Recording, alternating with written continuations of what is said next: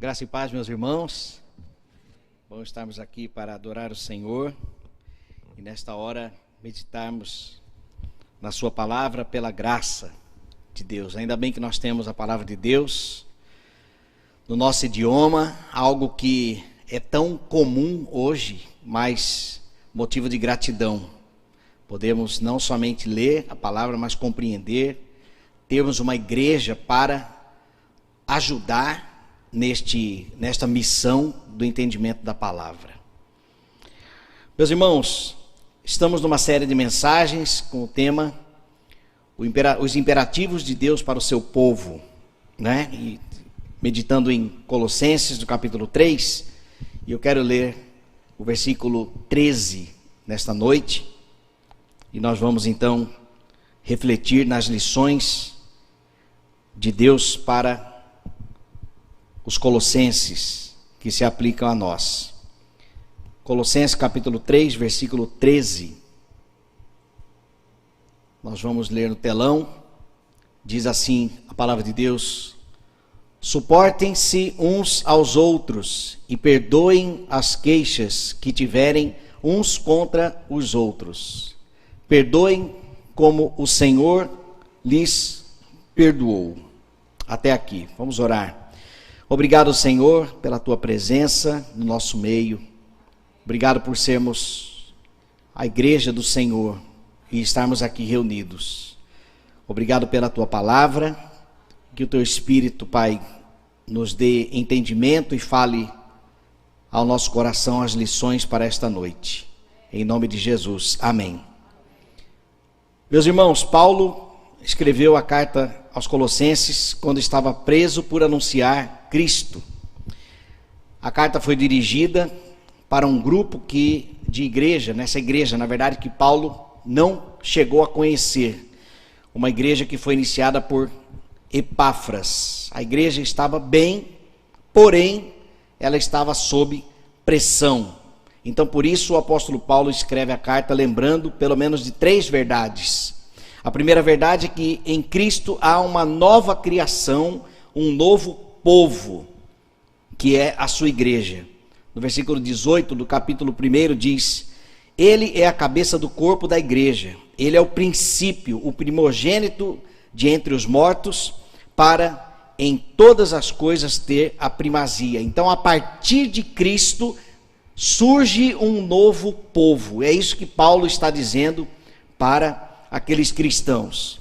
E por causa da fidelidade a Cristo, os cristãos estavam sendo perseguidos, e este sofrimento, que inclusive Paulo já estava sentindo, inclusive na prisão, é um sofrimento que se une ao sofrimento de Cristo. Então Paulo entende que ser perseguido por causa de Cristo é continuar caminhando com Cristo, porque assim como Cristo foi perseguido, então nós também seríamos perseguidos, e por isso deveríamos dar glórias a Deus diante dessa pressão que os colossenses estavam enfrentando.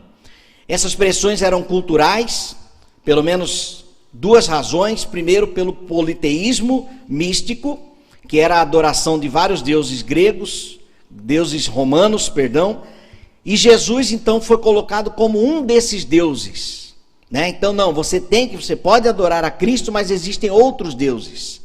E também a observância das leis da Torá. Então para você ser um cristão, primeiro você teria que passar pelo judaísmo, né? Compreendendo então as leis, né? Para então você ser de fato um cristão. Então estas pressões, vamos dizer, culturais, então ferem a verdade sobre quem é Cristo e o que Ele fez. Cristo anula tudo isso. Em Cristo nós somos plenamente livres, porque agora fazemos parte de um novo povo, de uma nova humanidade que pertence ao Senhor a partir de Cristo. Então, por isso, Paulo orienta: superem então estes sofrimentos, né? Coloque a sua mente acima das coisas, onde Cristo então governa. Devemos superar os sofrimentos, como diz o capítulo 3, versículo 4, o seguinte: quando Cristo, que é a nossa vida, se manifestar, então vós também sereis manifestados com Ele em glória. Estamos sofrendo por causa de Cristo, louvado seja Deus. Permaneçamos fiéis, porque quando Cristo se revelar, ali estaremos juntos com Ele. Esta foi a mensagem de Paulo, era a mensagem de Paulo para os cristãos. Então, diante deste sofrimento, destas pressões culturais, quais são os imperativos de Deus para aquele povo instruído a partir de Paulo, que se encaixa para os dias de hoje? É o versículo 13. Suportai-vos uns aos outros, perdoai-vos mutuamente, caso alguém tenha motivo de queixa contra outrem. Assim como o Senhor vos perdoou, assim também perdoai vós. Como o pastor Batista, nós temos 3 pontos aqui, né? O pastor Batista diz que sempre prega com 3 pontos. Certa vez um pastor presbiteriano perguntou para o pastor Batista: por que você prega sempre com 3 pontos? O pastor Batista falou assim: primeiro, ele ia dar 3 razões. Então, as 3 lições deste texto sobre os imperativos de Deus para o povo, para o seu povo, começa com suportar uns aos outros. Colossenses, suportem uns aos outros, tanto dentro da nova humanidade, quanto àqueles que vos perseguem. Suportai-vos no sentido de ser suporte uns para os outros, e também de suportar as fraquezas e as diferenças uns dos outros. Romanos capítulo 1, versículo 15 diz: mas nós que somos fortes, devemos suportar as fraquezas dos fracos e não agradar a nós mesmos. Um outro texto em Gálatas capítulo 6, versículo 2 diz: ajudando-os de fato, 2 pontos, levai os fardos uns dos outros, e assim cumprireis a lei de Cristo. Meus irmãos, hoje nós somos completamente influenciados para o egoísmo. Eu digo isso porque as redes sociais, elas são ferramentas hoje que apresentam para nós, para cada um de nós, somente aquilo que nós gostamos, somente aquilo que nós aprovamos, somente aquilo que nós queremos ver, aquilo que nos interessa. Como que isso acontece? Existe uma máquina por trás disso, que quando existem 4 ações numa rede social, que você interage com ela. Quando você curte uma mensagem, quando você comenta uma mensagem, quando você compartilha a mensagem, ou quando você salva a mensagem. Cada ação desta numa rede social tem um peso. Quando você curte, tudo bem, é uma atitude. A rede social entende que até que você gostou daquilo. Mas quando você comenta, ela já começa a prestar atenção em você. Quando você compartilha, significa que você gostou ao ponto de lembrar de alguém e compartilhar. Mas quando você salva aquela postagem, por exemplo, significa que aquilo tem muito valor para você. Então, a máquina começa a mostrar para você tudo aquilo que você tem demonstrado a ela, que você prefere, que você gosta. E então nós recebemos informações a todo momento, somente mensagens que nós queremos.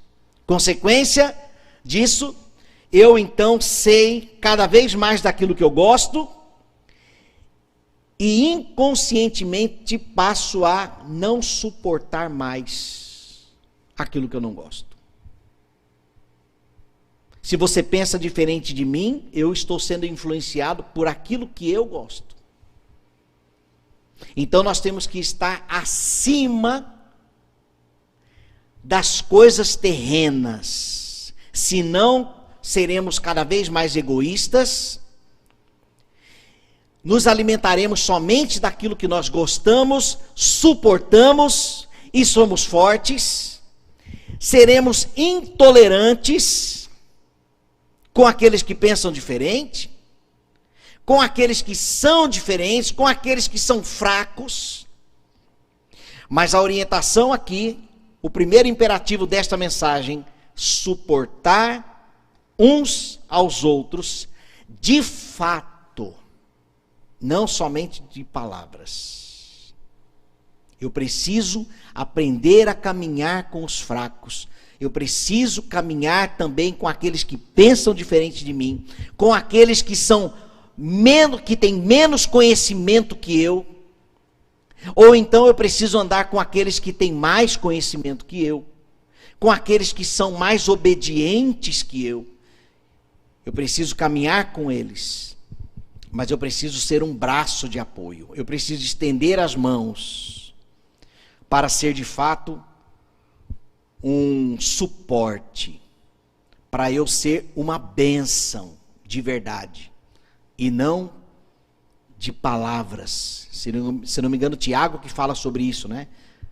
Nós precisamos, a nossa fé sem obras é morta, né? Então nós precisamos suportar de fato uns aos outros, pelo poder do Espírito, em pureza, em conhecimento, em paciência, em bondade, no Espírito Santo, em amor não fingido.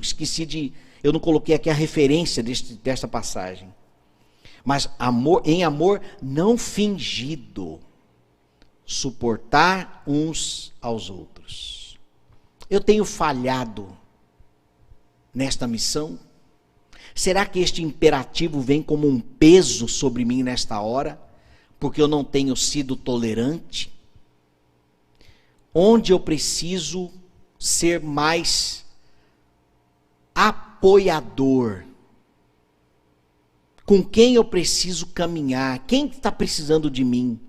Que eu poderia estar sendo útil, mas talvez pelo meu egoísmo estou deixando de suportar. Porque é fácil, meus irmãos, nós andarmos ou fazermos somente aquilo que nós queremos, ouvirmos somente aquilo que nós gostamos de ouvir. Tudo isso tem nome, zona de conforto. Mas o nosso crescimento vem fora da zona de conforto. Então, suportemos uns aos outros. Segundo imperativo, perdoar mutuamente. Meus irmãos, o ambiente do perdão, guarde isso aqui, o ambiente do perdão é a queixa. O perdão, ele é necessário em um ambiente de queixa. Assim como a paciência, ela é necessária em um ambiente de impaciência. Então, falar que perdoa é fácil. Muito fácil. Mas a atitude do perdão, ela vem em um ambiente de queixa. E a queixa é contra nós. E a verdade é que nós não gostamos disso. Nós não gostamos de nenhuma queixa contra nós. Mas a orientação de Paulo aqui é de perdoarmos por uma razão. Porque nós fazemos parte agora de uma nova humanidade. Já nos despimos do velho homem, se continuarmos com o traje imundo do velho homem, nós não iremos perdoar. Talvez de palavras. Talvez da boca para fora. Que nem a salvação acontece assim. Porque Romanos diz, se com a tua boca confessares Jesus como Senhor e em seu coração crer que Deus o ressuscitou dentre os mortos, serás salvo. Então o perdão pelos lábios deve estar de mãos dadas com o coração. O perdão mútuo significa que eu estarei em um ambiente onde eu preciso perdoar e nesse ambiente eu serei perdoado, ou pelo menos eu devo ser perdoado também. Vamos lá. Pedro, ele perguntou, quantas vezes, né? Então Pedro, Mateus 18, 21, então Pedro aproximou-se dele e perguntou, Senhor, até quantas vezes meu irmão pecará contra mim e eu lhe perdoarei? Até 7? Qual é a resposta? Nós sabemos, 70 vezes 7. Porém, meus irmãos, pare para pensar. Eu vou dar um exemplo do meu avô, que faleceu essa semana. Ele viveu 101 anos. Quantas vezes ele teve que liberar perdão dentro da sua família nesses 101 anos? Tem limite? Não tem limite. Quantas vezes nós teremos que perdoar, de fato, dentro da nossa casa? Sabe por quê? Porque dentro de casa não tem assim, não falo mais com você e eu vou sair da minha casa ou vou para... Isso não existe. Quantas vezes nós temos que perdoar dentro da nossa rede familiar? Irmãos, pais, tios, parentes. O perdão deve ser constante. Aliás, eu entendo que o perdão, ele deve ser um compromisso. Sabe por quê? Porque queira ou não, eu tenho um compromisso de perdoar. Porque se tratando o perdão de um ambiente de queixa, a nossa tendência será de não querer perdoar. Por quê? Nos tira da zona de conforto. Nos traz um sentimento de humilhação. Pisou no tomate de novo. Vou ter que perdoar de novo? E a resposta é, pelo sofrimento de Cristo, sim. Eu terei que perdoar de novo. Quantas vezes forem necessárias. Agora, eu não estou aqui dizendo, vou melhorar. Do lado de cá, eu pregando, falar é fácil. Como é fácil? O dia a dia nos exige mais. Mas é um dever que nós temos neste novo mundo. Nesta nova humanidade, nós devemos ter um compromisso de perdoarmos mutuamente. Quantas vezes eu devo perdoar na igreja? Uma igreja como esta, centenária, irmãos que têm aqui 40, 50, 60, 70 anos de piba, quantas vezes esses irmãos tiveram que perdoar? Seja um outro irmão, seja algo que o pastor falou e não gostou, a pessoa não gostou, e aí sentou para conversar, vou sair da igreja, vou trocar de igreja porque tem uma pessoa lá. Quantas vezes nós teremos que perdoar? Constantemente, mutuamente. Eu preciso ser uma fonte de perdão, mas eu preciso contribuir para que o ambiente que eu estou, seja família, igreja, também seja um ambiente onde eu possa ser perdoado. Ó Deus, dá-nos um ambiente onde possamos ser perdoados. Que a nossa casa seja um lugar assim, amém? Que o nosso lar seja um lugar onde nós possamos ser perdoados. Que a nossa igreja possa ser um lugar onde de fato nós possamos ser perdoados, tolerados, amados e aceitos. E por último, dentro desta mensagem, o imperativo de Deus, através de Paulo para os Colossenses e a nós, reproduzir o amor de Cristo. O versículo 13, aí, a parte final, diz, assim como o Senhor vos perdoou, assim também perdoai vós. Algumas versões diz, assim também fazei. Meus irmãos, qual é a referência de perdão? Cristo. Jesus tinha toda a razão para não nos perdoar, humanamente falando, mas sendo Ele Deus, Ele nos amou de tal maneira que Ele nos perdoou. Então, se Deus nos perdoou, se Cristo nos perdoou, nos aceitou, na forma de pecador, naquela imundícia, ele nos aceitou, nos convidou e nos aceitou, nos perdoando. Então, a nossa referência de perdão é Cristo. Ah, mas falar é fácil. Sim. De fato, a nossa referência é em Cristo, meus irmãos, que nós perdoamos. Sem Cristo, nós não perdoamos. Não é humano o perdão sincero, o perdão puro, aquele que desfaz as imundícias do ouro, é em Cristo, o Cristo que derrete as areias, as rochas, e deixa somente o ouro puro. É em Cristo que nós fazemos isso. Senhor, ajuda-nos a estar de fato em Cristo, senão nós não iremos perdoar, porque o perdão genuíno é fruto do Espírito.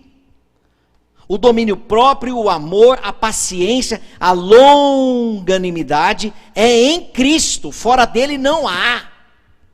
Então, se você hoje precisa perdoar alguém, mas você não consegue, você está de fato em Cristo ou plenamente em Cristo, qual é o orgulho que precisa ser triturado no seu coração hoje para que você possa perdoar de fato? Porque a questão não é o ofensor, não é a queixa, mas é Cristo a nossa motivação. O perdão, a razão e a motivação, a causa, o que vai nos levar a perdoar de fato, não é a brandura da queixa,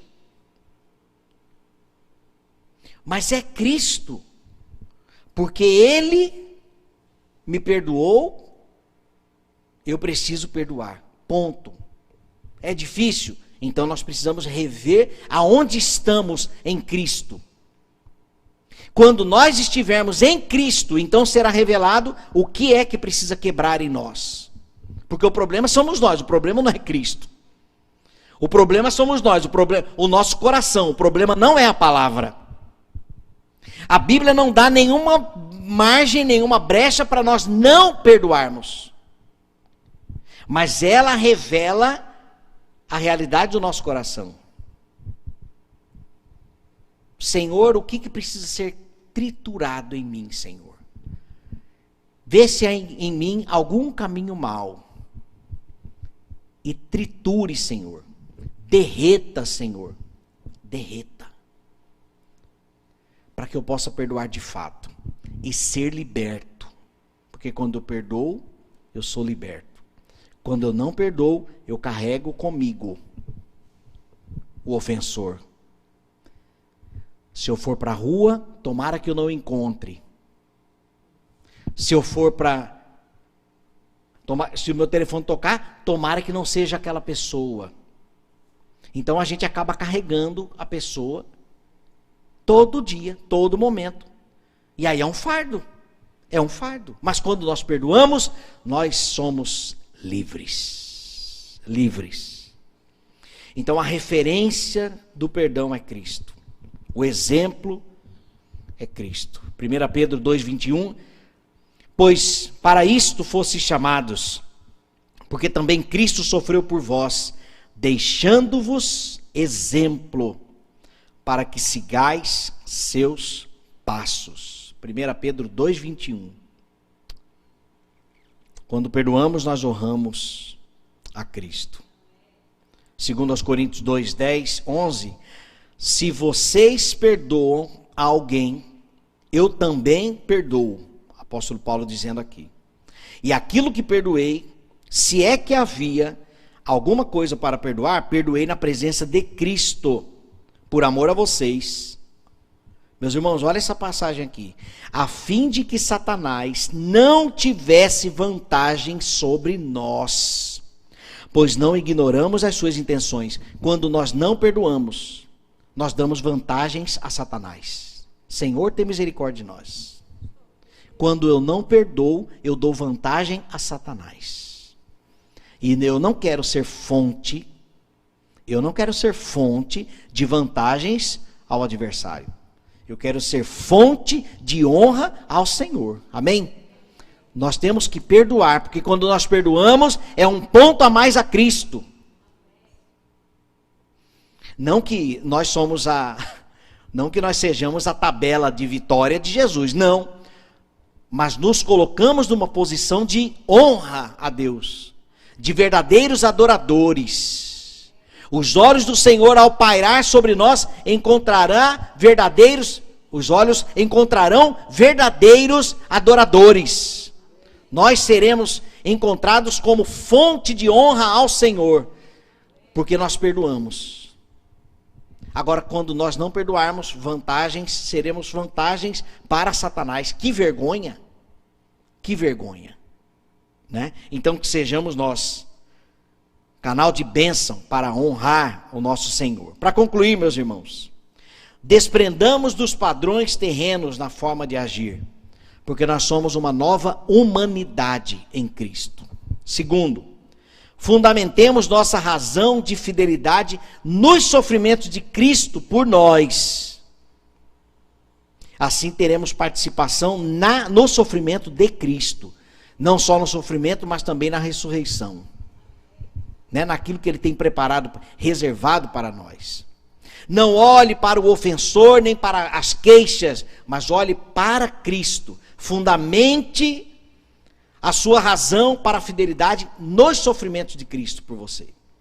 E por fim, demos frutos como testemunhos de Cristo.